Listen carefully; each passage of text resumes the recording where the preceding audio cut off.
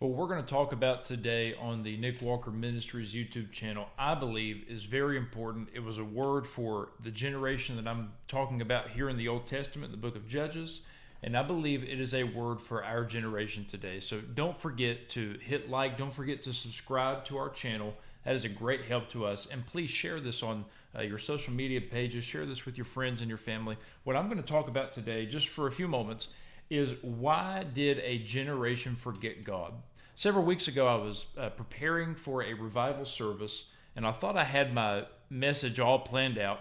And sometimes it happens this way, that I'll have my notes all planned out, and I'm ready to go preach, and then the Lord will shift it right before service starts. And I don't know if that's a test of obedience or a test of faith, but this was one of those nights. And right before the service, probably within an hour of service time, the Lord shifted my message, and the scripture that came to my mind was, "There arose a generation that knew not the Lord." And so I had to go look up exactly where that is. Now, I want to read this section of scripture to you from Judges chapter 2.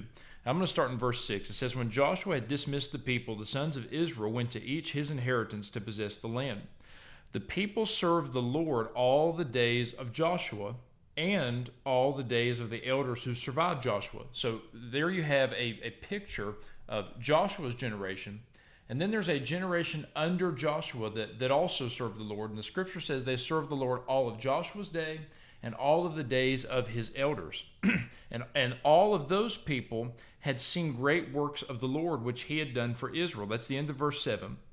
"Then Joshua the son of Nun, the servant of the Lord, died at the age of 110, and they buried him in the territory of his inheritance in the hill country of Ephraim, and near Mount Gash." Now, verse 10 is where I want to key up on. This is the verse that came to my mind. "And all that generation also were gathered to their fathers, and there arose another generation after them, who did not know the Lord and didn't know the work which he had done for Israel." So if we could just back up here, Joshua was mentored by Moses, and he was the one that kind of took the torch and kept it going. And Joshua, of course, is the one who entered into the promised land. And you can read all about that and all the land that he conquered. Right before the book of Judges is the book of Joshua, where you read all those great stories. He was the predecessor of Moses, and so Moses mentored him.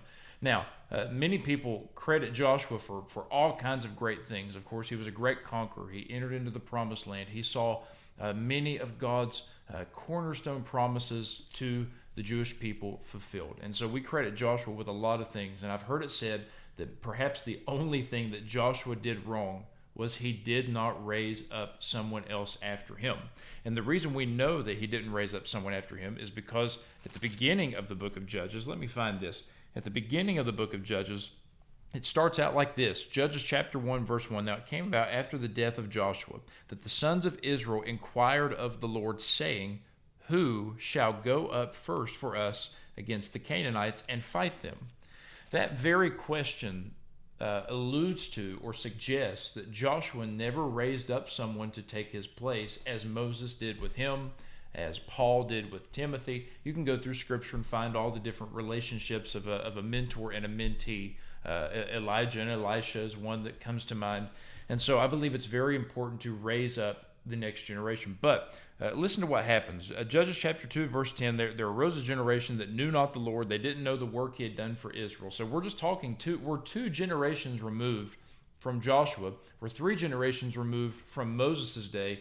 And these people did not remember. They had no idea the work that God had done for them. And I couldn't help but ask why. You know, that's not a terribly great span of time for them to have totally forgotten all that God had done. It goes on to say, "The sons of Israel did evil in the sight of the Lord and served the Baals, and they forsook the Lord and the God of their fathers, who brought them out of Egypt, and they followed other gods from among the gods of the people who were around them, and bowed themselves down to them, and they provoked the Lord to anger. And so they forsook the Lord and served Baal and Ashtoreth."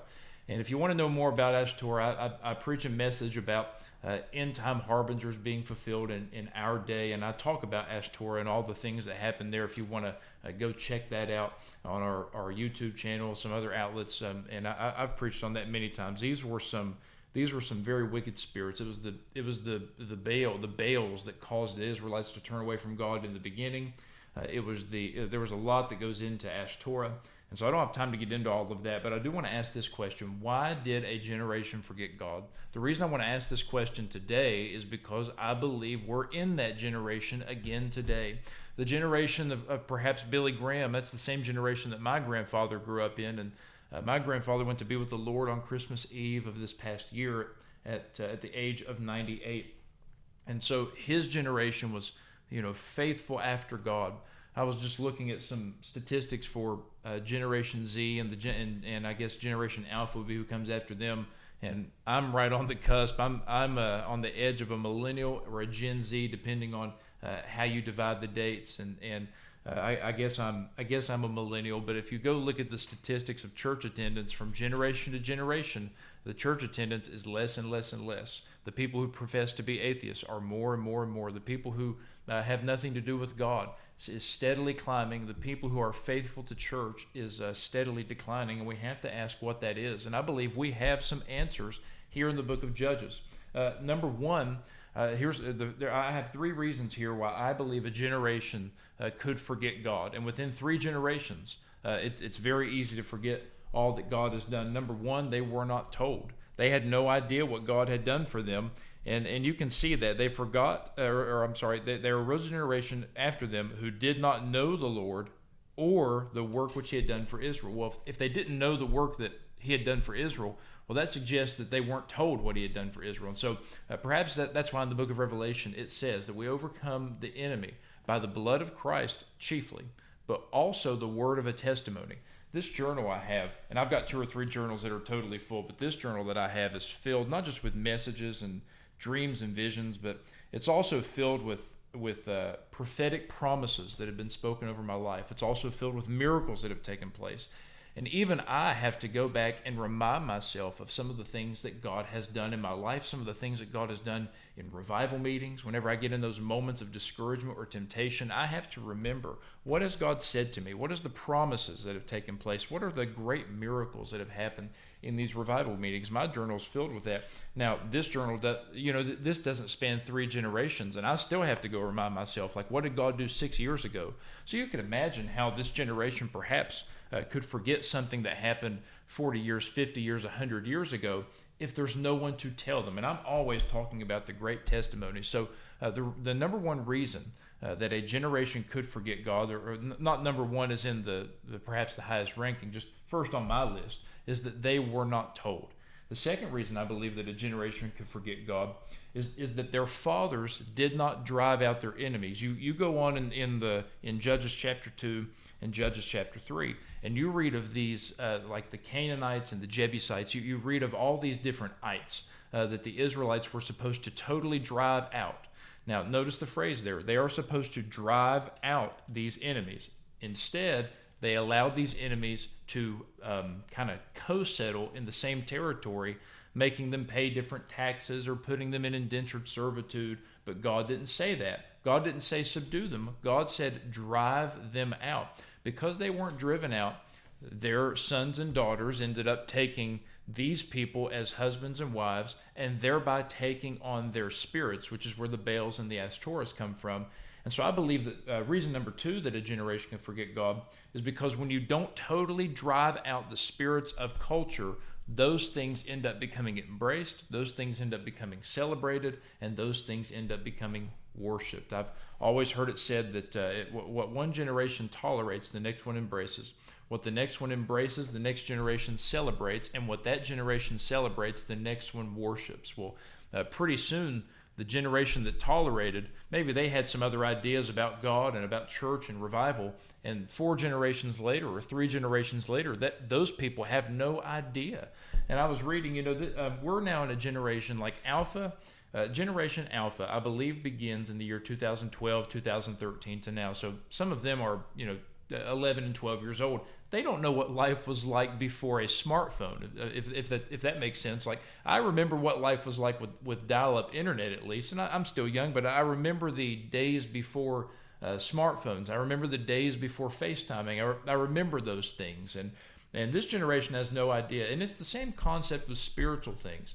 A lot of that generation has no idea of the great healing revival of the 40s and 50s because it's not talked about. They don't know about the Great Awakenings because they're not talked about. They don't know about the Brownsville revival of the 90s, not that long ago, because it's not talked about. Those things need talked about, but the spirits of our age need driven out, not settled with. We don't need to figure out how to incorporate them into our services. We need to drive them out. And then the final reason is the one that I was just alluding to. There was no successor for the preachers of old.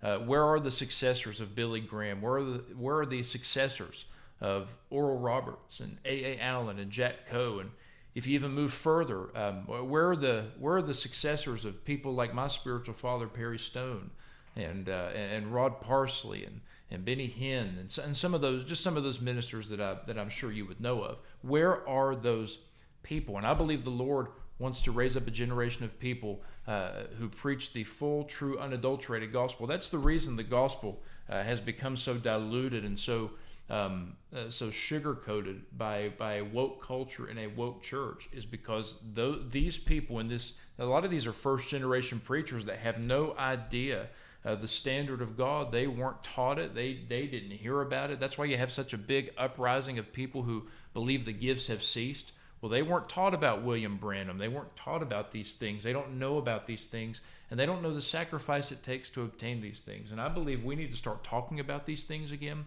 If we want to see revival in our generation, we need to start at least talking about the things that God used to do and saying, if the God of the Bible could do that in the 1940s and the 1950s and the 1990s, I believe that's the same God in 2024 and beyond, because he's the God of yesterday, today, and forever. So I just wanted to bring those things to light. Why would a generation forget God? How could a generation forget God? Well, they're not told, their enemies aren't driven out, and successors are not raised up. And so that's why here at this ministry, we believe in empowering and raising up a generation. Though I'm just 27, I want to see people raised up after me. So God bless you. I hope this was enlightening. I hope it was a challenge or a conviction to you. Talk about the things that God has done in your family lineage, even not just in you personally, but what has he done in your fathers and grandfathers and on back. Talk about that, the things that you remember God doing. And I believe the same God that healed your body 30 years ago, the same God that touched your grandparents 50, 60, 70 years ago is the same God on the earth today, looking for someone to talk about this. So God bless you. We'll see you next time.